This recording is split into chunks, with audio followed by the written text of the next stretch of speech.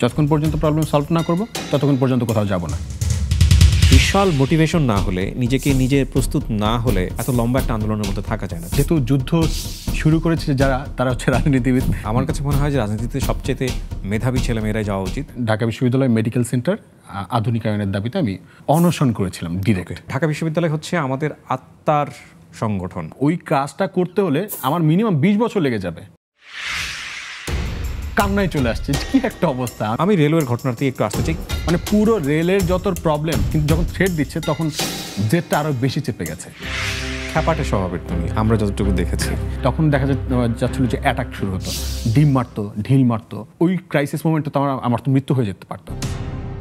না দিতে পারতেছো ঘুষ, না তুমি পার হয়ে যেতে পারতো না। পুরো করাপ্ট সিস্টেমটাকে পরিবর্তন করার জন্য একজন ছেলে খুব স্ট্রংলি দাঁড়িয়ে গেছে। আসসালামু আলাইকুম দর্শক, আপনাদের সবাইকে আমন্ত্রণ জানাচ্ছি all time milk bread presents the RJ Kibria শোতে।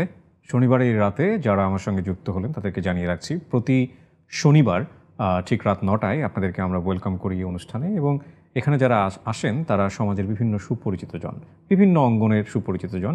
এবং আজকে আমরা যাকে নিয়ে গল্প করব, ঘণ্টাখানেক সময় আপনাদের সঙ্গে থাকবো, তাকে আপনারা সবাই চিনবেন। সামাজিক যোগাযোগ মাধ্যমের কল্যাণে হোক বা গণমাধ্যমের কল্যাণেই হোক না কেন, সে তার কাজ দিয়ে বাংলাদেশের মানুষের কাছে সুপরিচিত হয়েছে। ঢাকা বিশ্ববিদ্যালয়ের ছাত্র মহিউদ্দিন রনি। রনি, প্রথমেই স্বাগত জানাচ্ছি আমার অনুষ্ঠানে। কেমন আছো তুমি? আমি তোমাকে তুমি বলেই সম্বোধন করবো পুরো অনুষ্ঠানে। তার কারণটা হচ্ছে আমার ছোট ভাই ঢাকা বিশ্ববিদ্যালয়ে পড়াশোনা করছে এবং কমফোর্ট ফিল করবো ওর সাথে তুমি বলতে। সো রনি, আমরা আজকে পুরো জীবনের গল্পটাই নিয়ে আসতে চাই। তোমার বয়স যদি আমি ধারণা করি খুব বেশি না, এখন 26-27 অনার্স ফাইনাল ইয়ার দিচ্ছ তুমি। সো এই পুরো গল্পটাই আমি একটু নিয়ে আসতে চাই। অনেক কারণে তুমি আলোচিত বাংলাদেশে বিভিন্ন কাজের মাধ্যমে, সেই কাজগুলো না হয় পরেই আমরা গল্প করব, কিন্তু তোমার শৈশবটা কেমন কেটেছে এটা একটু আমাদেরকে বলো। আমার শৈশব গ্রামে কেটেছে, পড়াশোনার মধ্যেই কেটেছে। এই ছবি আঁকতাম। কেমন পরিবারে তুমি বড় হয়েছো? আমি খুব উচ্চবিত্ত পরিবারের লোক না, মধ্যবিত্ত পরিবারও বলা যাবে না। যে বাবা মা দুজনই খুব পরিশ্রমী ছিলেন, তারা খুব পরিশ্রম করতেন। ছোটবেলা থেকে তাদেরকে ওইভাবে দেখে এসেছি। তো বাবা মা দুজনেই প্রথমে, আমি যখন জন্মেছি তারপর থেকে তাদেরকে গার্মেন্টস সেক্টর কাজ করতে দেখেছি এই গুলশানে। আচ্ছা। বাবা এখানে স্টোর ম্যানেজমেন্টের দায়িত্ব পালন করতেন, মাও চাকরি করতেন। ওকে। তারপর আমরা এই বাড্ডাতেই থাকতাম, জন্মেছি বাড্ডাতে। ওকে, এই যে গুলশান বাড্ডা। হ্যাঁ, আমাদের টেলিভিশনের খুব আশেপাশে আর কি, পাশে সেই জন্য হাত দিয়ে ইশারা দিচ্ছে। হ্যাঁ, তো বাড্ডাতে জন্মগ্রহণ করেছি এবং স্কুল ছিল এখানেই, প্রাইমারি পড়াশোনা করেছি ঢাকাতে। তো তারপর বাবা অ্যাক্সিডেন্ট করার পর বাবার হার্টে একটু আঘাত লাগে, তারপর আমরা গ্রামে চলে যাই। ওকে, সো এটা কোন বছরে বা কোন ক্লাসে পড়ছো তখন? এটা 2009 সালে। না, তখন তুমি কোন ক্লাসে? ক্লাস 5-এ পড়ছি। ক্লাস 5-এ পড়ছো। পরিবারের ভাই বোন কতজন ছিল? আমরা এক ভাই এক বোন। তুমি বড়? হ্যাঁ। ওকে, সো গ্রামে চলে গেলে, তারপর? গ্রামে গিয়ে তারপর ওখানে গিয়ে স্কুলে ভর্তি হলাম। কোথায় বাড়ি, কোথায় গ্রামে? বরিশালে। বরিশালে। তার মানে এই প্রথম গ্রাম দেখা, 5-এ গিয়ে মোটামুটি গ্রামে। গ্রামে এমনি যাতায়াত ছিল, কিন্তু লাইফ তো ওরকম ছিল না। অ্যাডজাস্ট করতে সমস্যা হচ্ছিল না? প্রথম তো একটু অ্যাডজাস্ট করতে খুব অসুবিধা হয়ে যেত। তা ওই সময়টাতে কি চিন্তা করতে, বড় হয়ে কি হবা? জীবনের সাথে চলে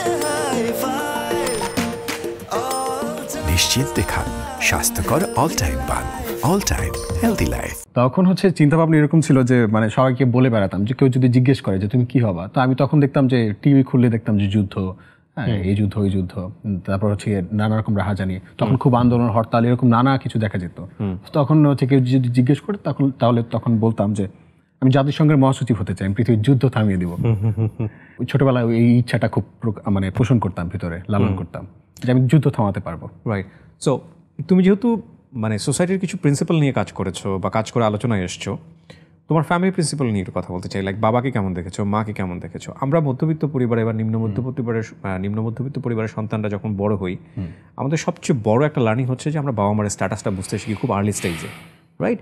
এবং আমরা বুঝি যে আমার বাবার দ্বারা এতটুকু সম্ভব, সুতরাং এর চেয়ে বেশি ডিমান্ড করা যাবে না। মার দ্বারা এতটুকু সম্ভব, সুতরাং এর চেয়ে বেশি ডিমান্ড করা যাবে না।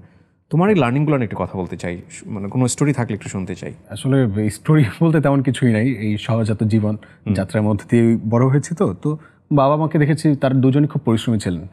তারা কখনো মানে তাদেরকে আমি দেখিনি যে তারা অলস সময় যাপন করছেন। হ্যাঁ, একটা বিষয় বলা যায় যে বাবা মার মধ্যে একটা ব্যাপার খুব লক্ষণীয় ছিল যে তারা মানে জাগতিক যে মোহমায়া, এই ব্যাপারটা তাদের মধ্যে যেন কেন বরাবরের মতো খুব কমই দেখেছি আমি। ওকে, বাবা যদি উপার্জন করতো 10 টাকা, তো আমি দেখতাম যে সেই 10 টাকা থেকে 5 টাকা আগে সে ভাগ করে বাইরে খরচ করতো।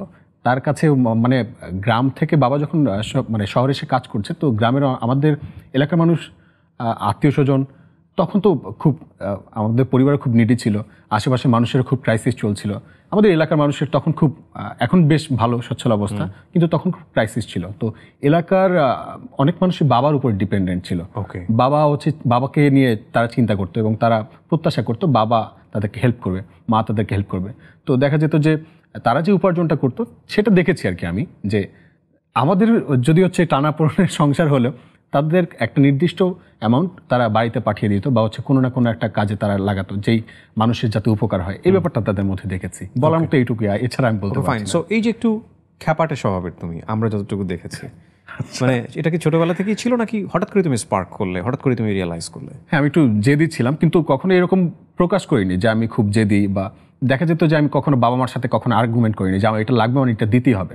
আমি দেখেছি যে আমার বাবা মার ক্রাইসিস চলছে পরিবারে, তো আমি কখনো এটা নিয়ে আর বলিনি যে আমার এটা লাগবে। আমি ঠিক আছে, এটা নাই যেহেতু, তাহলে অন্যভাবে ম্যানেজ করছি, না থাকলে অন্য কিছু দিয়ে আমি চালাই নিব, কিন্তু কখনো তাদের সাথে আর্গুমেন্ট আমি কখনো যাইনি। যে আমরা যারা নিম্ন মধ্যবিত্ত পরিবারের সন্তান বা মধ্যবিত্ত পরিবারের সন্তান, তাদের কাছে এক ধরনের বলা যেতে পারে সামাজিক সম্মানটা এক ধরনের একটা শেড নিয়ে দাঁড়ায়, যে লাইক এটা করব মানুষ কি বলবে, এটা এভাবে এক্সপোজ করব লোকে কি বলবে, ফ্রেন্ডসরা কি বলবে। এটা কিন্তু সবচেয়ে বড় ব্যারিয়ার আমাদের গ্রোথের কোনো জায়গাটাতে। আমি একটা ইস্যু দেখেছি, তুমি তোমার বাবার সম্ভবত উনি সিকিউরিটি গার্ড ছিলেন যে সময়টাতে, ওনাকে নিয়ে এখনো আছেন, ওনাকে কোনো একটা ইস্যু নিয়ে তুমি একটা সামাজিক যোগাযোগ মাধ্যমে কোনো একটা ইস্যু নিয়ে তুমি ওনাকে নিয়ে ভয়েস রেজ করেছিলাম। তো লাইক আমি যখন আমার ব্যাপারটা নিয়ে চিন্তা করেছি যে আমার মতো ছেলেরা কজন পারতো এটা, রেলওয়েতে তুমি যে কাজটা করলা এটা লম্বা সময় ধরে করেছো, মানে আমাদের মতো ছেলেরা একা এইভাবে কজন চিন্তা করে। এগুলো কি মানে একটা তো হচ্ছে যে আমরা সারা বাংলাদেশের মানুষ জানলাম এইসব অ্যাক্টিভিটিসের মধ্য দিয়ে, কিন্তু মানুষ জানে না এরকম অনেক কাজ কি তোমার ছোটবেলাতে হয়েছে, কখনো করেছো? স্কুলে হতে পারে, ফ্রেন্ডদের সাথে হতে পারে, আচ্ছা, তোমার গ্রামে হতে পারে। এবার যদি বলা যায় যে এগুলো কোথা থেকে আসে, এই অনুপ্রেরণাটা আমি ছোটবেলা থেকে বিভিন্ন রকম সামাজিক স্বেচ্ছাসেবিতার সঙ্গে যুক্ত ছিলাম। দেখা যেত কেউ আমার বন্ধুরাই অনেক কাজ করছে, তো ওখানে সবাই খেলতে নামছে, কিন্তু একজন জামা কাপড়টা এক জায়গায় সেভ রাখতে হবে। হ্যাঁ, তো ওই সময় ঠিক আছে তোরা খেল, আমি এটা দেখছি। তো ওকে কাউকে স্যালাইন এনে দিতে হবে, কাউকে ডাক্তারের কাছে নিয়ে যেতে হবে। তো মানে এলাকার যে স্বেচ্ছাসেবিতাগুলো আছে সেগুলোতে কেন যেন হচ্ছে গিয়ে দেখা যেত যে সবার শেষে আমার নামটা থাকার কারণে ওগুলো আমিই করতাম। তারপর আবার দেখা যেত যে আমার বোন, আমার বড় বোন, ফুফাতো বোন, যদিও আমরা একসাথে বড় হয়েছি, তো সে তাকে কখনো আলাদা করে দেখিনি। তো তিনি যখন মারা যায়, তো তিনি রক্তের অভাবে মারা যায়। আমি প্রথম তাকে রক্ত দিই জীবনের। তো তারপর তাকে বাঁচাতে পারিনি।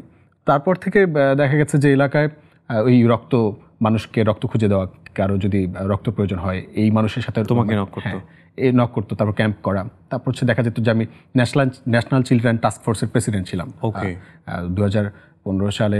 হ্যাঁ, বরিশাল জেলার যত শিশু ছিল তাদের যে মৌলিক অধিকার, তাদের রাইটস, এগুলো নিয়ে অ্যাডভোকেসি করার জন্য হচ্ছে গিয়ে তখন আমরা কাজ করতাম। তারপর হচ্ছে রেড ক্রিসেন্টের সাথে যুক্ত ছিলাম, স্কাউটের সাথে যুক্ত ছিলাম, এরকম নানা রকম স্বেচ্ছাসেবিতার সঙ্গে যুক্ত ছিলাম। এবং দেখা যেত যে ওই এলাকায় বাস ভাড়া, কলেজে যাতায়াতের সময় দেখা যেত যে বাস ভাড়া হাফ করা, এরকম নানা রকম বিষয় ছিল। তো সেখানে বিভিন্ন রকম আন্দোলনের সাথে একটু সক্রিয় হওয়া শুরু করেছিলাম, মানে দেখতাম যে কিভাবে করে। তুমি বিশ্ববিদ্যালয়ে কোন সাবজেক্টে পড়ছো? আমি থিয়েটার অ্যান্ড পারফরমেন্স স্টাডিজ। আগে থেকে কি চিন্তা ভাবনা ছিল এরকম একটা সাবজেক্টে পড়বে, নাকি দৈবক্রমে আসলে যেভাবে গ্রেডিংয়ে হয়? না, দৈবক্রমে না, এটা মিউজিকে পড়ার ইচ্ছা ছিল। তো তারপর মনে হলো যে মিউজিক যেহেতু পাবো, মিউজিক তো একটা নিশ, তো থিয়েটারে পড়লে হয়তো মিউজিক, ডান্স আর অনেক কিছু শেখার সুযোগ হবে। আরও একটা বিশেষ কাহিনী ছিল, তো সেই জন্য থিয়েটারে মানে পড়াশোনা করার সুযোগটা যেহেতু পেয়েছি, লুফে নিয়েছিলাম তখন। এই আর কি। ঢাকা বিশ্ববিদ্যালয় টার্গেট ছিল আগে থেকেই? না, আমি ঢাকা বিশ্ববিদ্যালয় কলেজে যখন লাস্ট এইচএসসি পরীক্ষার শেষ দিন, সেদিন আমি ঢাকা বিশ্ববিদ্যালয় আর বিএম কলেজের মধ্যে পার্থক্য কোথায় সেদিন বুঝতে পারলাম, আমার বন্ধুরা বলল। ওকে, সো তার মানে কি তোমার লাইফে সে অর্থে মানে মেন্টর ছিল না যে যারা আসলে গাইড করতে পারে? না, ওইভাবে তেমন কেউ ছিল না। যেমন স্কুলের যে শিক্ষকরা তারা প্রচণ্ড ভালোবাসতেন, কলেজের শিক্ষকরা প্রচণ্ড ভালোবাসতেন। আবার ওই যে বিভিন্ন রকম স্বেচ্ছাসেবিতার সঙ্গে যুক্ত ছিলাম, তো যেমন ডিসি সাহেব যিনি ছিলেন, তারপর হচ্ছে কি আমাদের যে মেয়র মহোদয় ছিলেন, তারা বেশ আন্তরিক ছিল। শিশু ছিলাম যেহেতু, তো তারাও খুব কর্ডিয়ালি অ্যাকসেপ্ট করতো। তো তাদেরকে দেখতাম আর কি, তারা কিভাবে কাজ করছে, তারা কিভাবে আইডিয়া জেনারেট করছে, তারা কিভাবে হচ্ছে সমন্বয় করছে সবাইকে নিয়ে। ওই যে লিডারশিপ যে প্র্যাকটিসটা করছে ওটা দেখতে দেখতে এসছে আর কি এই পর্যন্ত। থিয়েটারের সঙ্গে তোমার ঢাকা বিশ্ববিদ্যালয়ে এসেই সম্পৃক্ততা হলো নাকি এর আগেও তুমি থিয়েটারের সঙ্গে ছিল? এর আগেই স্কুল কলেজে বিভিন্ন সময় বিভিন্ন এনজিওর সঙ্গে দেখা যেত যে তারা আমাদেরকে ভলান্টারি হিসেবে নিত, যে বিভিন্ন নাটকে পারফর্ম করার জন্য স্ক্রিপ্ট লিখে দিতাম, গল্প লিখে দিতাম, নাটকের নির্দেশনা দিতাম, অভিনয় করতাম। তো ওই ঝোঁক থেকে হয়তো বা কোনো না কোনোভাবে কানেক্ট হয়ে গেছে।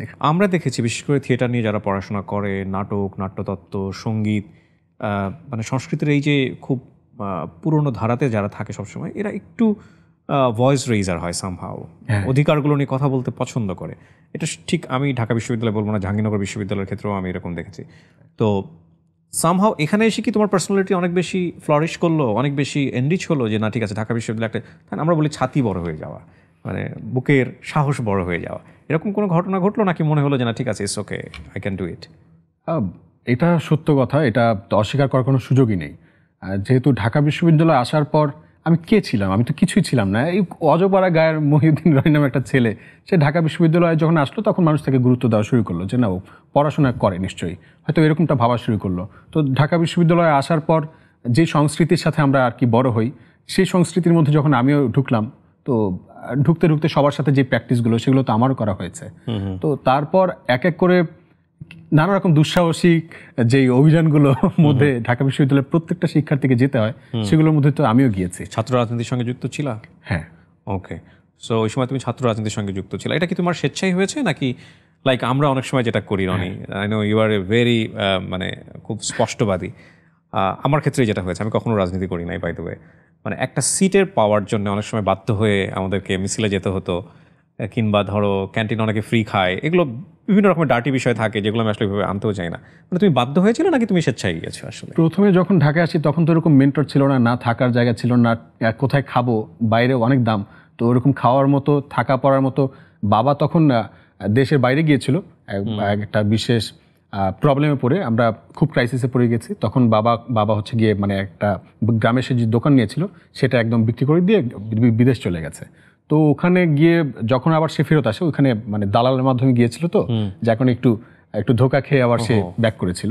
তো আসার পর দেখা যায় যে ওই সময়টা মানে ফ্যামিলিতে একটা অনেক বড় ধরনের ক্রাইসিস হয়, মানে আমার বোনের বিয়ে হয়ে যায়, তারপর হচ্ছে গিয়ে বাবা চলে আসায় আমি একটা ফিনান্সিয়াল অনেক দোটানার মধ্যে পড়ে যাই। তো বাইরে তো আমার পক্ষে ওঠা পসিবল ছিল না, তো হলেই থাকতে হতো। তো হলে তো সিটে যদি থাকতে হয়, অন্তত গণরুমে যদি থাকতে হয়, তাহলে তো পলিটিক্সে ইনভলভ হতেই হবে। তো যখন প্রথমে এটার মধ্যে ওই সিটের জন্যই হচ্ছে কি যখন না ইন করলাম, ভেতরে ঢুকলাম, ঢোকার পর মনে হলো যে যেই ছেলেরা এখানে কাজ, মানে যারা এখানে কর্মী রাজনীতির সাথে যুক্ত হয়েছে, এরা প্রত্যেকেই ওই সিটের কারণেই প্রথমত মিছিল করতে যাচ্ছে, তারা প্রোগ্রামগুলো করছে, রাজনৈতিক প্রোগ্রামগুলো করছে, কিন্তু গেস্ট রুম করছে, হ্যাঁ, নানা রকম ভয়ভীতি দেখাচ্ছে, বিভিন্ন অ্যাক্টিভিজমে যাচ্ছে। কিন্তু এদেরকে অবজার্ভ করে দেখলাম যে এরা মানুষ হিসেবে অতটা খুব যে খারাপ ব্যাপারটা এমন না। এদেরকে কোনো না কোনোভাবে ইনফ্লুয়েন্স করা হচ্ছে, হ্যাঁ, এমন কোনো জায়গা থেকে ইনফ্লুয়েন্স করা হচ্ছে যেটা ওরা নিজেরাও চায় না। আমি ঢাকা বিশ্ববিদ্যালয়ের প্রত্যেকটা স্টুডেন্টকে মানে আমি বলতে পারবো, যারা আমি যাদেরকে দেখেছি, আমার যারা বন্ধুরা ছিল, তাদের মধ্যে এখন যারা রাজনীতিতে এখনও সক্রিয়, তাদের মধ্যে 99% আমার বন্ধুদেরকে আমি দেখেছি যে তারা খুবই পোলাইট, খুবই ডিসেন্ট, মানুষ হিসেবে খুবই ভালো। কিন্তু ওই যে সঙ্গ দোষে লোহাও ভাসে, এমন একটা স্রোতের মধ্যে সবাই যায়, তো যার কারণে দেখা যায় যে তারা তাদের ওই ব্যক্তিত্বটা ওইটা হয়তো বা ধরে রাখতে পারে না, একটা সামগ্রিক ব্যক্তিত্বে পরিণত হয়ে যায় আর কি। এক্স্যাক্টলি, হ্যাঁ। আমার ক্ষেত্রে এমনটাই হয়েছে, এটা আমি অস্বীকার করার তো কোনো সুযোগ নেই, পরিচয় অস্বীকার করা না, ডেফিনেটলি না। আমরা চাই এগুলো অ্যাড্রেস হোক এবং এগুলো সমাধানও হোক। টেলিভিশনের ওই সামনের সিটে বসার কালচারটা কি চেঞ্জ হয়েছে এখন পর্যন্ত টেলিভিশন রুমের? তারপরে রিমোটটা যাদের হাতে থাকে, এটা কি সাধারণ ছাত্রছাত্রীদের হাতে আসা পর্যন্ত সুযোগ তৈরি হয়েছে? আমার মনে হয় না এই কালচার এখনো পরিবর্তন, এখন পর্যন্ত যে খুব পরিবর্তন হয়েছে ব্যাপারটা এমন না, এখনো ওইটাই আছে। একটা মানদাতার আমলের যে কালচার, সেটা এখনো আমরা ঢাকা বিশ্ববিদ্যালয়ের শিক্ষার্থীরা মেনটেন করেই যাচ্ছি। আমি জানি না এই অনুষ্ঠানটা হয়তো অনেকেই দেখবেন, আমরা দুজনেই আজকে ঢাকা বিশ্ববিদ্যালয়ের শিক্ষার্থী। ও রাজনীতি করে, রাজনীতির সঙ্গে যুক্ত আছে, আমি কখনোই রাজনীতির সঙ্গে যুক্ত ছিলাম না। বাট ঢাকা বিশ্ববিদ্যালয় হচ্ছে আমাদের আত্মার সংগঠন, মানে যারা ঢাকা বিশ্ববিদ্যালয়ে আমরা পড়েছি কোনো সাবজেক্টে, এটা আমাদের সারা জীবনের সবচেয়ে ভালোবাসার জায়গা। তো কিছু কিছু জিনিস আসলে নিঃসন্দেহে চোখে লাগে এবং এগুলো সেই প্রাচীন আমলের সিস্টেম, এগুলোর পরিবর্তন হওয়া উচিত। আমরা হয়তো খুব সিলি একটা বিষয়ের উদাহরণ দিলাম, কিন্তু আমরা মনে করি রাজনীতি এটা একটা সবচেয়ে বড় প্রতিষ্ঠান একটা দেশের।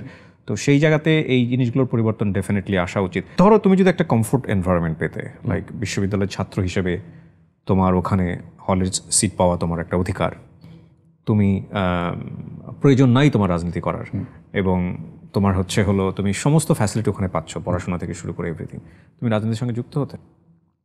হ্যাঁ, আমি রাজনীতির সঙ্গে অবশ্যই যুক্ত। তুমি অনেকক্ষণ চিন্তা করে বললা, আমার তো মনে হয় যে না, যুক্ত হতে না। না, এমনটা না, কারণ আমি ওই যে আপনাকে বললাম শুরুতেই, কেন বলেছি হতে? যে আমি যুদ্ধ থামাতে চাইতাম ছোটবেলা থেকেই, যে আমি যাই করি না কেন যুদ্ধ থামাবো। হ্যাঁ, পৃথিবীর তো নিজের স্কিল ডেভেলপমেন্টের জন্য যেহেতু যুদ্ধ শুরু করেছে যারা, তারা হচ্ছে রাজনীতিবিদ, যারা থামাতে পারবে তারাও রাজনীতিবিদ। এটা ঠিক। তো এইটা এই যদি ওই কাজটা করতে যাই তাহলে তো অবশ্যই আমাকে পাওয়ারের বাইরে থেকে কখনো পাওয়ার পলিটিক্স করাটা সম্ভব না, এটা গ্রিড। মানে আমার কাছে মনে হয় যে রাজনীতিতে সবচেয়ে মেধাবী ছেলেমেয়েরাই যাওয়া উচিত, সবচেয়ে ভালো ভালো যারা সোশ্যাল ওয়ার্কার আছে তাদেরই যাওয়া উচিত, কারণ রাজনীতির বাইরে থেকে আসলে চিন্তা করার তো কোনো সুযোগ নেই।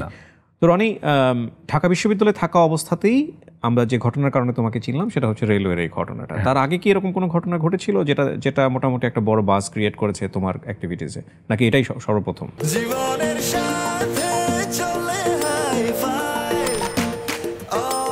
নিশ্চিন্তে খান স্বাস্থ্যকর অল টাইম পান, অল টাইম হেলদি লাইফ।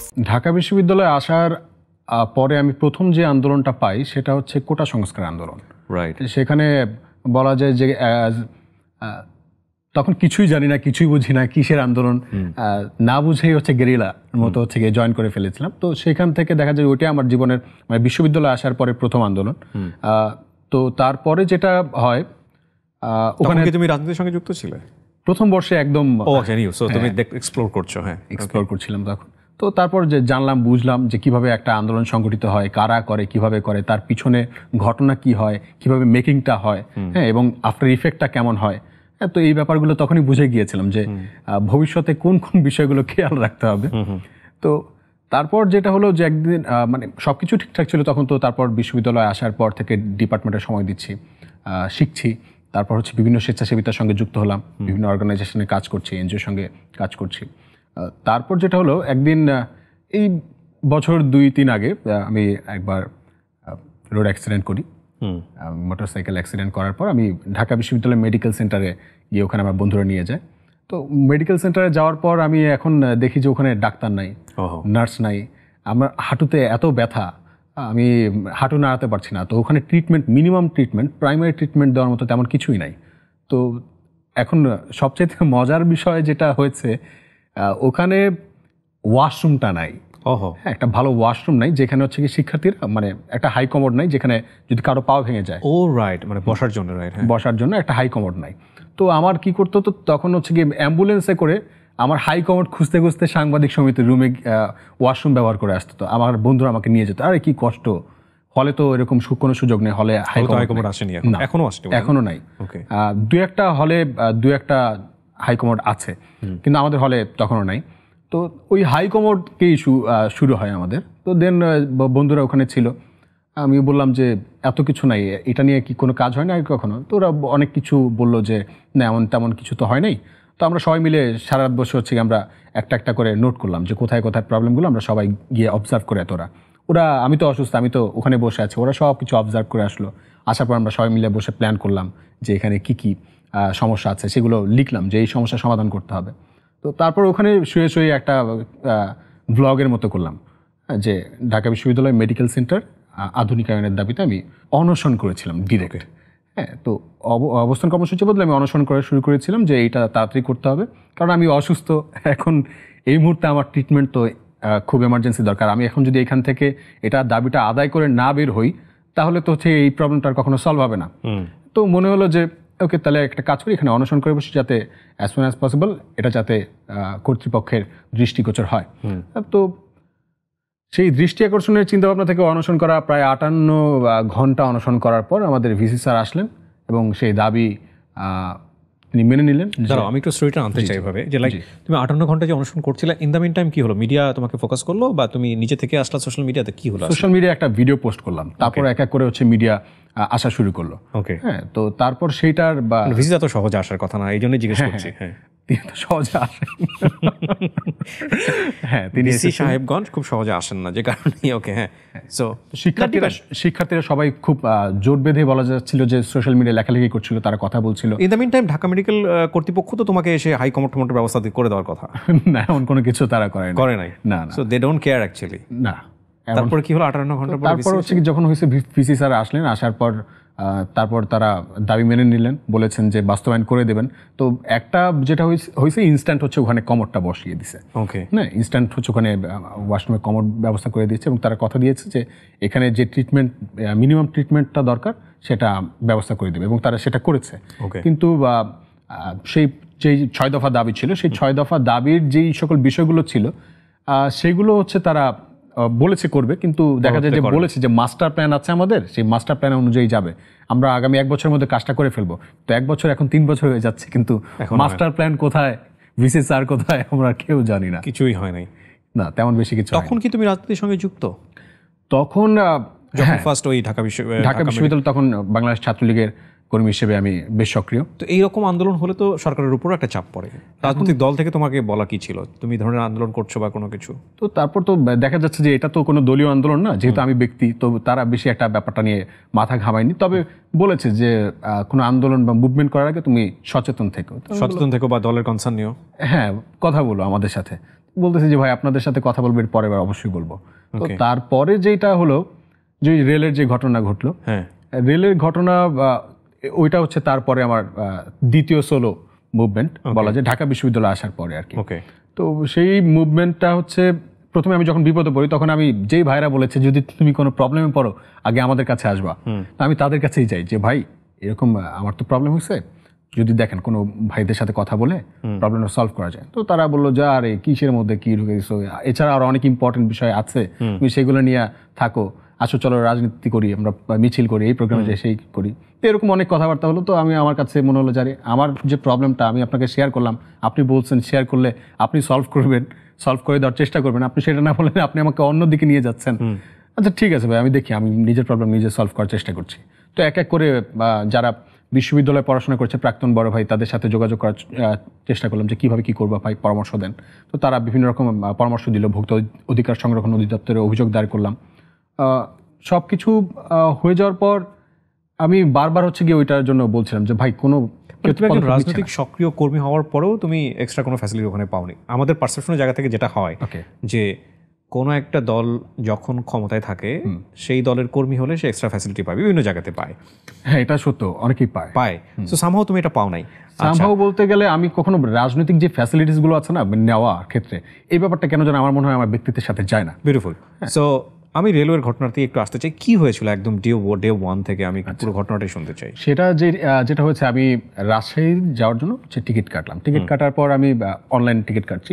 টিকিটটা কাটার সময় আমার যে বিকাশ পেমেন্টটা আমি করার পর হচ্ছে টিকিট ওইটা ব্লক হয়ে গেল। আমাকে টিকিট দিচ্ছে না, টাকা কেটে নিয়েছে কিন্তু টিকিট দিচ্ছে না। তো আমি খুব প্যারা খেয়ে গেলাম, এমার্জেন্সি ব্যাপার, এখন যদি টিকিটটা না পাই তো আমার টাকাটা কোথায় গেল এটাও তো জানি না। দেন আমি কি করলাম, আমি সুন্দর করে কমলাপুর রেল স্টেশনে চলে গেলাম। সেখানে গিয়ে কথা বললাম। প্রথমে কমলাপুর রেল স্টেশনে যে যারা মানে কাউন্টার ছিল, যেখানে তথ্য সেবা কেন্দ্র, সেখানে গিয়ে যাওয়ার পর ওনাদের কাছে বলার পর ওনারা সহজ.com-এর যে সার্ভার রুম সেখানে পাঠালেন। সহজ.com-এর মাধ্যমে কাজটা হতো? হ্যাঁ, আচ্ছা, হতো। তো ওখানে যাওয়ার পর ওনারা বললেন যে ভাই আপনার টিকিট তো ব্লক হয়ে গেছে, তাহলে আমার তো ইমার্জেন্সি, আমার তো টাকাটা রিটার্ন দিয়ে দেন। হ্যাঁ, টাকাটা রিটার্ন দিয়ে দেন। বলছেন না ভাই, 15 কর্মদিবসের মধ্যে যদি টাকাটা পান তো পাইলেন, আর যদি না পান আবার আইছেন। 15 দিন পর টাকা পাবো, আমি স্টুডেন্ট মানুষ, এতগুলা টাকা, হ্যাঁ, তো এটা তো খুব প্যারা হয়ে যাচ্ছে আমার জন্য। তো এটা বলার পর বলতেছে কোনো উপায় নাই, বলছে না। তাহলে আমি ওখানে দাঁড়াই হচ্ছে গিয়ে আমি কথাবার্তা বলতেছিলাম বন্ধুদের সাথে, কি করা যায়, অন্য কোনোভাবে ম্যানেজ করা যায় কিনা, হ্যাঁ, তোর একটু দেখ, গাড়ির টিকিট যদি পারস কেটে দে। তো ওরা বলতেছে না তুই ওখানে দাঁড়া। তো ওখানে দাঁড়াচ্ছি, এর মধ্যে দেখি যে আমার চোখের সামনে যেই লোকটাই মাত্র কিছুক্ষণ আগে বললো যে ব্লক হয়ে গেছে, এই টিকিটটা দেওয়া যাবে না। আমি টাকা অফার করলাম যে ভাই অন্তত আমাকে টিকিটটা দেন, আমি টাকা দিচ্ছি, 15 দিন পর তো এসেই পড়বে। বলতেছে না ভাই পসিবল না। তো আমার চোখের সামনে আমার সেই ব্লক করা টিকিট সে অন্যজনের কাছে বিক্রি করছে, আমার চোখের সামনে আপনার আমার টিকিট ওকে বেশি দামে বিক্রি করছে। হ্যাঁ, ডাবল দামে বিক্রি করতেছে। তো আমি দেখে তো অবাক হয়ে গেলাম, এটা কি হলো। আমি ওখানে একটু গরম হয়ে কথা বললাম যে আপনি এই কাজটা কেন করলেন, আপনি তো বললেন এটা ব্লক হয়ে গেছে, আমি তো আপনাকে টাকা দিতে চেয়েছি, এটা তো আমার হক, আপনি তো আমার হকটা মেরে দিলেন, নষ্ট করে ফেললেন, তো এখন কি করা যায় বলেন। এখন কিছু করার নেই, অনেকক্ষণ আর্গুমেন্ট চলে, বলতেছি যে আচ্ছা ঠিক আছে আমি দেখতেছি ব্যাপারটা। জীবনের সাথে চলে হাই-ফাই নিশ্চিন্তে খান স্বাস্থ্যকর অল টাইম পান। All time healthy life. তারপর আমি ভোক্তা অধিকার সংরক্ষণ অধিদপ্তরে অভিযোগ দায়ের করি। তো ওখানে প্রায় 1 মাস হয়ে যায়, কোনো রকম রেসপন্স করেনি তারা। তো আমি আমার কিছু বড় ভাইদের সাথে কথা বললাম, তারা বলতেছে যে আরে এটা বাংলাদেশ, এখানে কোনো কিছু হয় না, হ্যাঁ পড়াশোনা কর। বলছে এটা মানে আমি খুব রুডলি তাদের সাথে বলতেছি যে ভাই এটা কেমন কথা বলেন, আপনারাই আমাকে সবসময় মোটিভেশন দেন, এই করবেন সেই করবেন, প্রবলেম সলভ করে দেবেন। তো বলতেছে যে এত কথা বলে না, মানে আমাকে তখন তারা বলতেছে এত কথা না বলে পড়াশোনা কর, পড়াশোনা করে তাদের দেশে বাইরে চলে যা, বিদেশে এরকম অনেক হচ্ছে গিয়ে ফ্যাসিলিটিস পাবি, তখন এত আফসোস থাকবে না, চলে যা। তো ব্যাপারটা আমার এতটা ইগোতে লাগলো যে আরে আপনারা আমাকে এতদিন মোটিভেশন দিয়েছেন, বিপদে পড়লে আপনারা সাথে থাকবেন, আপনারা এই করবেন সেই করবেন, কিন্তু আপনারা এখন আমাকে হচ্ছে আজকে বিপদে পড়েছে, আপনারা আমাকে দেশের বাইরে চলে যেতে বলেছেন। তো এই কথাটা আমার মানে এক পর্যায়ে তর্কাতর্কি, এক পর্যায়ে হচ্ছে ব্যাপারটা ব্যাপক ইগোতে লেগে যায়। তো ইগোতে লাগার পর আমি আচ্ছা ঠিক আছে তাহলে আমি এটা শেষ দেখে ছাড়ি, চলেন দেখি। তো এটা বলে ওনাদের কাছে থেকে চলে আসার পর আমি তখন আমার শো ছিল ডিপার্টমেন্ট থেকে, আমরা একটা শো করলাম, তাইসম্যান কমেতে নাটকের শেষ করলাম। শেষ করার পর আমি গেলাম কমলাপুর রেল স্টেশনে, যে আমার মতো এরকম কারা কারা আছে, এই প্রবলেমটা কি আমার সাথেই হয়েছে নাকি আরও কোনো মানুষের সাথে হয়েছে, একটা সার্ভে করব। তো সার্ভে করা শুরু করলাম, সার্ভে করতেছি, অনলাইনে করছি, অফলাইনে করছি। দেন হচ্ছে গিয়ে আমি যারা যারা আমার মতো এরকম ভুক্তভোগী আছে আমি বলছি যে তারা আপনারা একটা কাজ করেন, আপনারা গণস্বাক্ষর কর্মসূচি করেন। আমি কমলাপুর রেল স্টেশনে বসে গণস্বাক্ষর করছি যে আমার মতো কারা কারা আছেন, এই প্রবলেমে যদি আপনিও ভুক্তভোগী হয়ে থাকেন তাহলে আপনি এখানে লেখেন, সিগনেচার দেন, আমরা এটা হচ্ছে গিয়ে রেল ভবনে অবশ্যই পাঠাবো। তো যখন ওখানে ছিলাম, তো একটা পর্যায়ে দেখা যায় যে ওখানকার একজন পুলিশ কর্মকর্তা এসে যে আমি এখানে কি করছি। তো আমি বলছি যে ভাই আমি এখানে তো সার্ভে করছি। তো বলতেছে যে আপনাকে এখানে দাঁড়াইতে অনুমতি কে দিয়েছে। তো বলতেছে যে ভাই সার্ভে করব, এখানে তো কত মানুষ আছে, কত কিছু করছে, অনেক কিছু বিক্রি করছে, তারা তো এখান থেকে উঠছে না, হ্যাঁ তো আমার এখানে আমি তো এখানে সার্ভে করছি, একটা প্রবলেম সলভ করার জন্য এখানে দাঁড়িয়েছি, তো এটার জন্য কি অনুমতি দরকার? হ্যাঁ এখানে অবশ্যই অনুমতি দরকার। তো আমি বলছি যে ঠিক আছে, যাদের অনুমতি লাগবে তারা কোথায় আছে তাদেরকে ডাকেন, আমি হচ্ছে তাদের সাথে কথা বলে নিচ্ছি। তো এটা বলার পর তারা কিছু লোক আসলেন, আসার পর তারা বললেন এখান থেকে চলে যেতে, যে আপনার প্রবলেমটা আমরা মানে প্রবলেমটা দেখবো এমন কোনো কথা ওই সময় বলেনি, ডিরেক্টলি বলছে যে ভাই এগুলো এখানে করেন, এখান থেকে চলে যান। আমি পরিচয় দিলাম যে আমি ঢাকা বিশ্ববিদ্যালয়ের স্টুডেন্ট, আমি এখান থেকে একটা সার্ভে করে চলে যাব। তো বলতেছে যে ভাই আপনি ব্যাপারটা কথা বোঝেন, মানে তারা রুড ব্যবহার করা শুরু করলো। তো ওনারা চলে গেলেন, আমি বলছি যে ঠিক আছে আমি দেখি কি করব, আমি পরে ভেবে দেখবো। ওনারা চলে গেলেন, তারপর দেখা গেল যে একজন পুলিশ সদস্য আসলেন, আসার পর তিনি আমাকে বলেন যে তোমাকে এখান থেকে উঠে যেতে হবে। তো বললাম যে ভাই আমি তো একটা সার্ভে করতেছি, উঠে যাব কেন সেটা একটা কারণ জানাবেন তো। আমার প্ল্যাকার্ড ছিল ওই সময়? না তখন প্ল্যাকার্ড ছিল না, তখন শুধু কাগজ ছিল, ওকে, হ্যাঁ ড্রয়িং পেপার ছিল তখন, এবং সার্ভে ফর্ম ছিল। তো ওই সময় ওনারা বলছিলেন যে কর্তৃপক্ষের নির্দেশ আছে তোমাকে এখান থেকে যেতে হবে। তো বলতেছি তাহলে কর্তৃপক্ষকে ডেকে দেন, যে এই প্রবলেমটা কি সলভ করে দিবে। প্রথম দিনই এটা? হ্যাঁ প্রথম দিনই এটা, না কয়েকদিন হয়ে গেছে? 2-3 দিন হয়ে গেছে। 2-3 দিন হয়ে গেছে, ওকে। তখন পর্যন্ত মিডিয়া ফোকাস হয়নি? না না না, ওকে ফাইন। প্রবলেমটা সলভ করে দেন। আমি কর্তৃপক্ষ কে আছে তার কাছে তো আমি যেতে চাই, তার দৃষ্টি আকর্ষণ করার জন্য তো এখানে এসেছি, তো তাকে একটু ডেকে দেন। তো তিনি হচ্ছে এমন মানে কোনো কথা না বলে খুব রুড ব্যবহার করা শুরু করলেন, তুই তুকারি করছেন। তো এক পর্যায়ে হচ্ছে উনি হচ্ছে ধাক্কা দিয়ে হচ্ছে কমলাপুর থেকে বের করে, মানে ধাক্কাতে কমলাপুর থেকে বের করছেন। তো আমি মানে কান্নায় চলে আসছে, কি একটা অবস্থা, আমি প্রবলেম সলভ করতে আসলাম, আমি আমার প্রবলেমের কথা বলতে আসছি, আমি তো কারো সমস্যাও করছি না।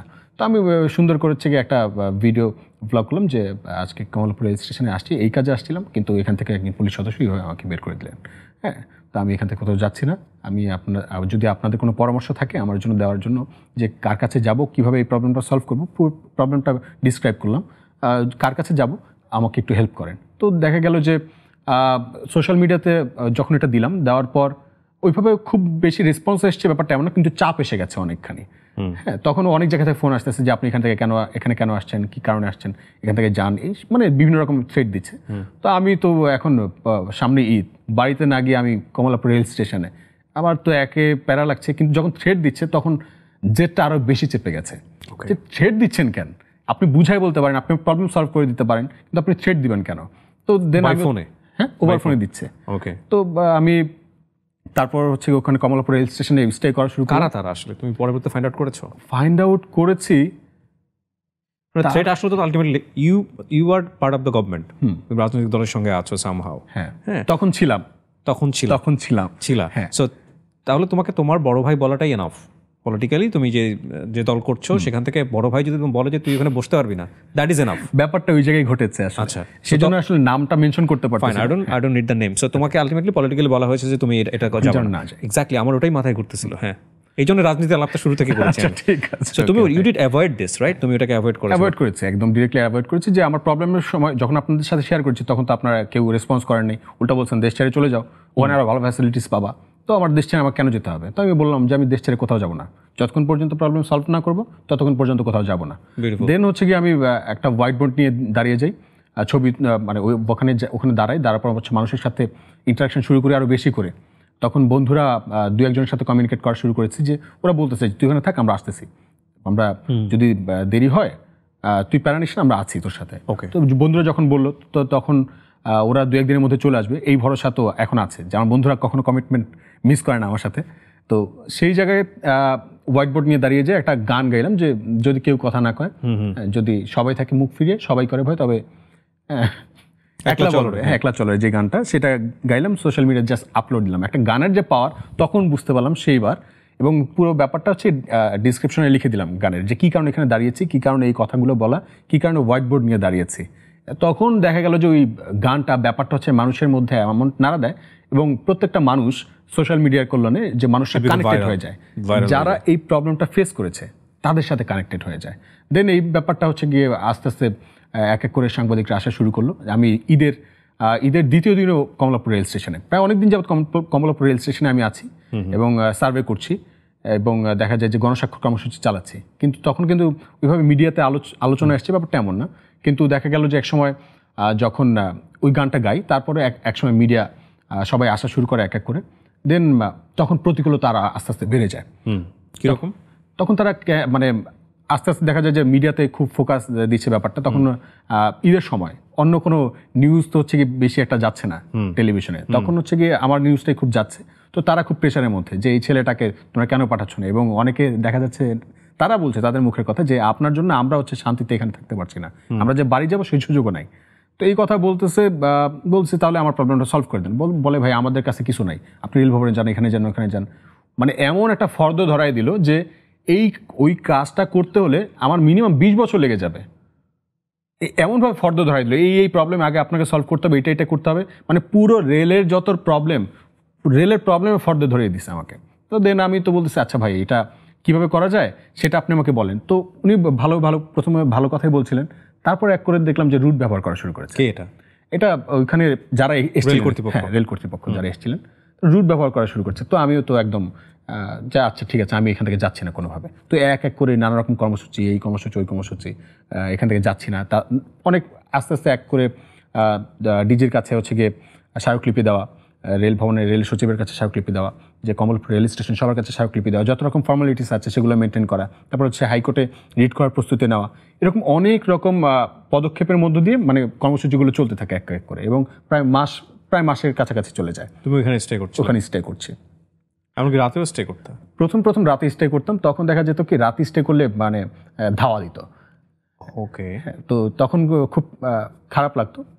তারপর হচ্ছে এক এক করে যখন বন্ধুরা চলে আসা শুরু করলো, তখন কিছুদিন রাতে তোমার সাথে কমিউনিটি পেয়েছিল কতজনকে? একদম সবসময় সার্বক্ষণিক আমার ছোট বোন জয়া ওখানে ছিল, ও চলে আসছে একদম আমার আপন ছোট বোন না, ও হচ্ছে গিয়ে আমি ব্রিটিশ কাউন্সিল অ্যাক্টিভ সিটিজেন্সের ট্রেনিং করাতাম, ইউথ লিডারশিপ ট্রেনিং করাতাম অ্যাজ এ ফ্যাসিলিটেটর। তো ওখান থেকে ও একজন ট্রেনি ছিল, আমার ট্রেনিং থেকে উদ্বুদ্ধ হয়ে সেই লিডারশিপের প্র্যাকটিস করছিল। তো সেইখান থেকে ওর সাথে পরিচয়, ও চলে আসছে। তো বলছে ভাই আমি আপনার এই কাজের সাথে যুক্ত হতে চাই, এবং আপনার যে ফর্মালিটিসগুলো এগুলো আমি মেনটেন করে দিতে চাই। তো ওখানে ও চলে আসে, আমার বন্ধু মাহিন রুবেল চলে আসে, আশিক চলে আসে চট্টগ্রাম বিশ্ববিদ্যালয় থেকে। তারপরে এক এক করে ঢাকা বিশ্ববিদ্যালয়ে যারা বন্ধুরা ছিল এক এক করে সবাই চলে আসে, আমার বন্ধু রাহা, আইভি, তারপর হচ্ছে মিম, আমার বন্ধু যারা যারা ছিল আশেপাশে, মোটামুটি ছোটো ভাইরা বড় ভাইরা সবাই চলে আসে এক এক করে। তো প্রায় দেখা যায় যে সবসময় তাদের নিরাপত্তার একটা বেষ্টনীর মধ্যে আমি সবসময় থাকতাম। দেখা যেত যে ক্যামেরার সামনে আমাকে ফোকাস করলো, তারা পিছনে বা আশেপাশে সবাই এরকম জড়িয়ে সবসময় সাপোর্ট করতো। কিন্তু তারপর প্রতিকূল সিচুয়েশন যখন আমরা মানুষ বেশি হতে শুরু করলাম, প্রতিকূলতা আরও বাড়তে লাগলো। তখন দেখা যাচ্ছিল যে অ্যাটাক শুরু হতো, ডিম মারতো, ঢিল মারতো। হ্যাঁ, তো তারপর ওখানে তো খুব ভবঘুরে উদ্বাস্ত লোকজন ছিল, তারা নানারকম ছুরি দিয়ে ভয় দেখাতো, তারপর গালাগালি করতো দূর থেকে। ওই যে ছোট বোনটা এসেছিল, ওকে নিয়ে উল্টাপাল্টা কথা বলতো, ভয় দেখাতো, খুব বাজে ইঙ্গিত দিত আর কি। মানে ওইটা মুখে বলে প্রকাশ করা এখন আমার পক্ষে পসিবল না, যেহেতু আমার বোন, আমি ওকে বোন বলে আমি ফিল করি যে আমার আপন বোন ওই ক্রাইসিস মোমেন্টে তো আমার তো মৃত্যু হয়ে যেতে পারতো। রাইট। ওই মানে এমন একটা সিচুয়েশন, আমি নিজে ওখানে গিয়েছি, মানে 2 রাকাত নফল নামাজ পড়ে গিয়েছি যাওয়ার আগে, জানলে আমি হয়তো নাও ফিরে আসতে পারি। রাইট। আমি একটা জিনিস মানে আমার কাছে মনে হচ্ছিল যে তুমি কি অসাধ্য সাধন করেছো। এত বড় একটা মানে ধাক্কা ছিল ওটা রেলওয়ের জন্য এবং পুরো বাংলাদেশের জন্য, ইনফ্যাক্ট যে একটা পুরো করাপ্ট সিস্টেমটাকে পরিবর্তন করার জন্য একজন ছেলে, একজন সচেতন মানুষ খুব স্ট্রংলি দাঁড়িয়ে গেছে। এর আগে আমি বাংলাদেশে আমি ব্যক্তিগতভাবে কখনো এরকম কোনো কিছু দেখিনি।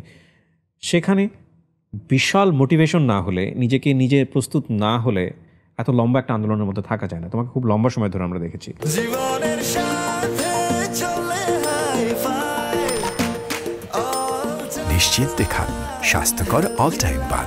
All time healthy life. চিন্তা ছিল কিনা যে তুমি আসলে কি করতে যাচ্ছ, নাকি রাগের বশবর্তী হয়ে কিছু একটা করে ফেলেছো? যেহেতু আমি ওখানে নেমেছি, কেননা ওই আগের এক্সপিরিয়েন্স দেখে মানে একটা অভিজ্ঞতা হয়েই গেছে যে কীভাবে আন্দোলন করতে হয়, কীভাবে দাবিটা আদায় করে নিতে হয়, আফটার ইফেক্ট কী হয়, ওগুলো যেহেতু মেজারমেন্ট করা আমার হয়ে গেছে, তো আমি মানে খুব কনফিডেন্ট ছিলাম যে আমি প্রবলেমটা সলভ করে তারপর যাব।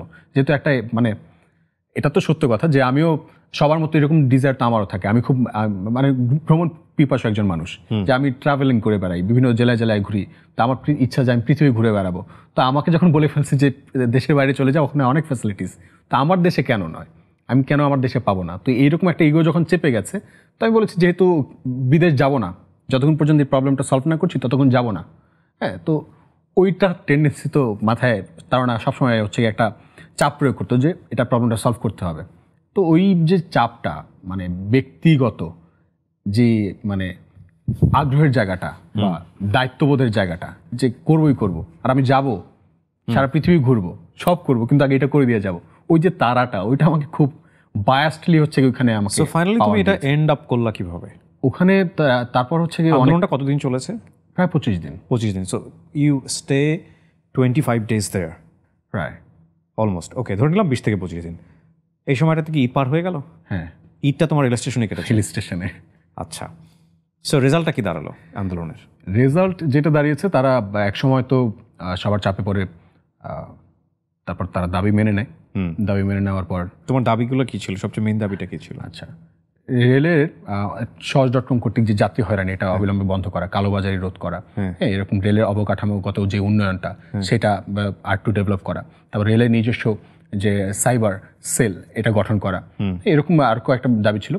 তো দেখা যাচ্ছে প্রথম তো 6টা দাবি নিয়ে নেমেছিলাম, কিন্তু দাবি আরো বেড়ে গেছে। যখন সুযোগ একটা পেয়েছি, তো আমার বাড়াতে অসুবিধা কোথায়? ওখানে অনেকেই গিয়েছিল। আমার যতদূর মনে পড়ে যে সিভিল সোসাইটির অনেক পুরোধা ব্যক্তিত্ব ওখানে গিয়ে একাত্মতা ঘোষণা করে। আমি তাদের কাছে সবসময় খুব কৃতজ্ঞতা প্রকাশ করি এবং আপনার কাছেও করি, আমার মনে আছে। জি, তো কি হলো শেষ পর্যন্ত? ওটার ইয়েটা কি দাঁড়ালো লাস্ট? মানে দাবিগুলো ওরা মেনে নিল। এরপরে কি তুমি রেলে যাতায়াত করেছো? হ্যাঁ, এরপর রেলে যাতায়াত করেছে, দাবি মেনে নিয়েছে এবং তাদের সাথে বলেছি যে আপনারা যেই আমাকে যে আশ্বাস দিলেন এটা করে দিবেন। আমি ওই ভিসি স্যারের কাছ থেকে একটা অভিজ্ঞতা হয়ে গেছে না, তো বললাম যে আমি এভাবে তো আপনাদেরকে ছাড়তে পারি না, তো আমাকে এমন একটা সুযোগ করে দিতে হবে যে আমি দেখবো যে আপনারা কি কি করছেন।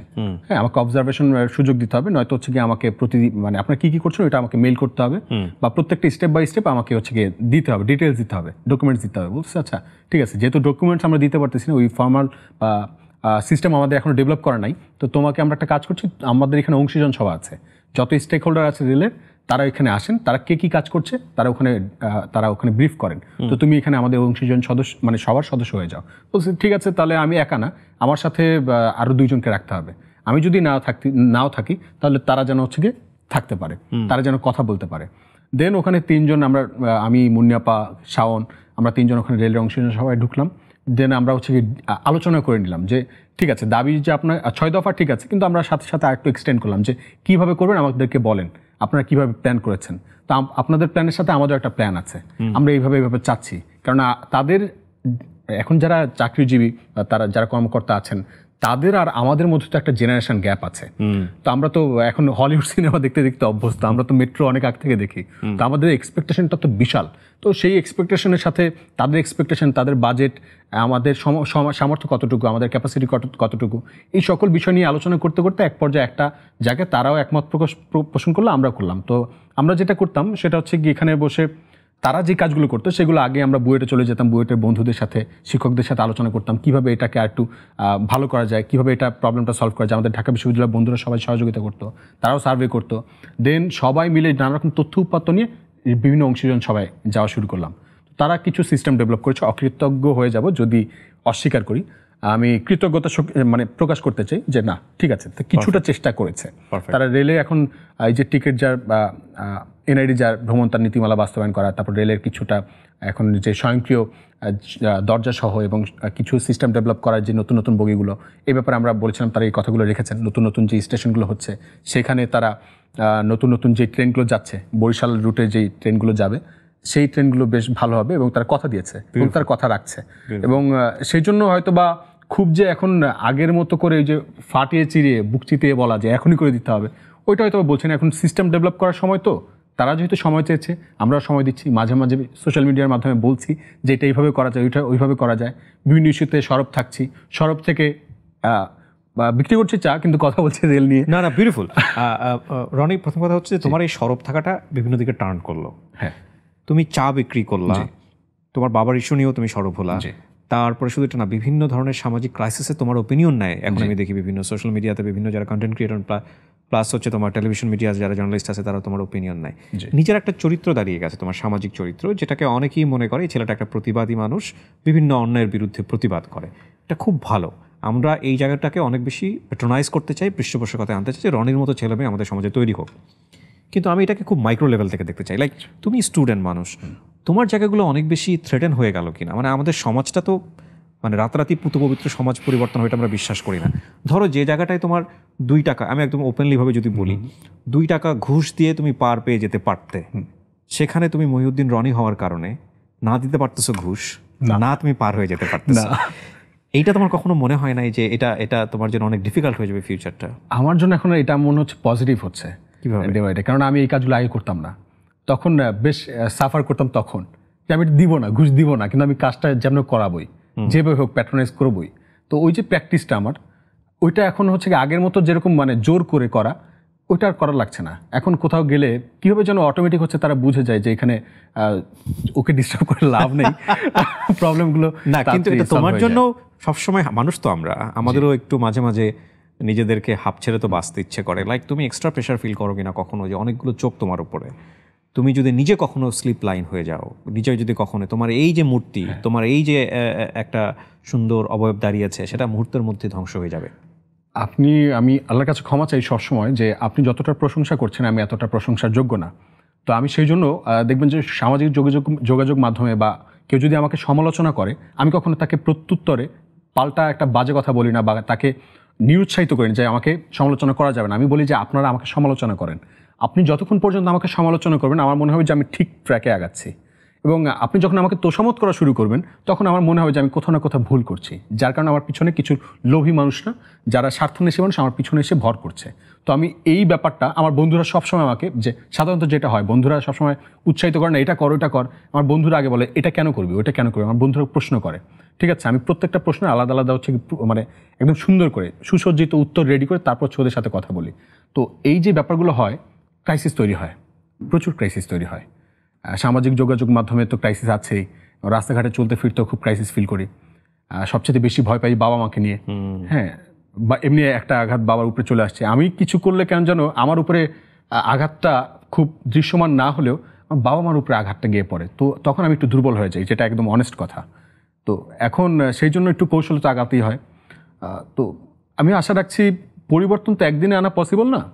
তো এই যে চেষ্টাটা, এই যে প্রচেষ্টাটা, নিজেকে সমৃদ্ধ করা, প্রতিদিন জানা, প্রতিদিন পড়া, প্রতিদিন মানুষের সাথে ইন্টারাক্ট করা, মানুষের কথা শোনা, মানুষের মনস্তত্ত্ব বোঝা, সাইকোঅ্যানালাইসিস করা, এই যে মানুষের সাথে যে ইন্টারাকশন, প্রবলেমগুলো সলভ করা, প্রতিদিন কিছু না কিছু আমি সলভ করার চেষ্টা করি। আমি একটা দিন হচ্ছে অবসর বসে থাকি না, চুপচাপ বসে থাকি না। আর যদি কোনো চুপচাপ করে একদিন যদি বসে থাকি, তার মানে একটা আমার প্ল্যান আজকে মধ্যে আমাকে করতে হবে যে আমি আজকে এই প্ল্যানটা করে কালকে ওই কাজটা করবই করব। আমি সময়ও নেই এভাবে মাঝে মাঝে। এমনিতে ফিউচার প্ল্যান কি, কর্মজীবন নিয়ে কি চিন্তা করছো? এখন মানুষের আমার যে স্বপ্নগুলো ছিল সেই স্বপ্নগুলো দেখা গেছে যে আমি আগে খুব নিরিবিলি থাকার চেষ্টা করতাম। আমি একটা সেলফি পর্যন্ত কারো ফোনে তুলতাম না। যে আমার খুব ইচ্ছা ছিল যে আমি ইন্টেলিজেন্সে জয়েন করব। বা ছোটবেলা থেকে ওই যেই ব্যাপারটা যে পৃথিবীতে সবচেয়ে পাওয়ারফুল কারা, যারা যুদ্ধ থামাতে পারে। তো মনে হতো যে মানে যখন দেখলাম যে জাতিসংঘের মহাসচিব হওয়া আমার পক্ষে বিশ্ববিদ্যালয়ে আসার পর মনে হলো এটা খুব যে সম্ভব ব্যাপারটা এমন না, একটু কঠিন।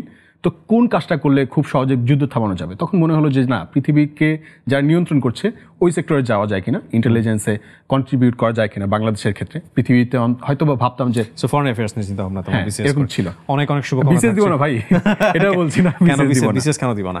বিশেষ দিব না এর জন্য যে বিশেষ হবে না, অনেস্টলি বলতে গেলে বিসিএস হবে না। কেননা এটা কি তোমার প্রিপারেশনের কারণে হবে না, নাকি তুমি বিসিএস কে ভয় পাচ্ছ বিসিএস এর সিস্টেমের কারণে? বিসিএস এর সিস্টেমের কারণে, এবং যারা আন্দোলন সংগ্রামের সাথে যুক্ত ছিল তাদের কারোই হয় নাই এখন পর্যন্ত। বাংলাদেশের ইতিহাস যেটা দেখি যে আন্দোলনের সাথে যারা যুক্ত, মানে যারা সিস্টেমকে বা ক্ষমতাকে, রাষ্ট্র ক্ষমতাকে যারা চ্যালেঞ্জ করেছে তারা বিসিএস এর বাইরে পর্যন্ত গিয়ে আর টিকে নাই। সো আমি কেন শুধু আমার টাইমটা এখানে ওয়েস্ট করব? You should try. তারপর মহিউদ্দিন রনি, আমি মনে করি যে আজকের অনুষ্ঠানে বসে যখন আমরা যেখানটাতে শেষ করছি, আমি জানি না এটুকু অন এয়ার হবে কিনা, বাট আমার মনে হয় যে তোমার একটা চেষ্টা করা উচিত, এটা ডকুমেন্টেড থাকুক। আমি ডিফারেন্ট কিছু করতে চাই। তুমি চেষ্টা করো, বিশেষ যদি তোমার টার্গেটই থাকে তুমি চেষ্টা করো। চেষ্টা করার পরে ফেল করলে ফাইন, অন্য কথা, সেটার জন্য তোমার অনেক এক্সপ্লেনেশন দেওয়ার হবে। কিন্তু তুমি কিছু একটা অ্যাজিউম করে ট্রাই করলা না, সেটা তো অন্য অন্য অন্য অন্য কথা হয়ে গেল। সো আমার মনে হয় তুমি চেষ্টা করো। এমন তো হতে পারে যিনি তোমার ভাই বোর্ডে থাকবেন তিনি তোমাকে পছন্দ করতে পারেন, তোমার কোয়ালিটিস আছে, সেই ডিজার্ভ করো। আর সবশেষে যে কথাটা বলতে চাই, রুটি রুজির মালিক তো তিনি।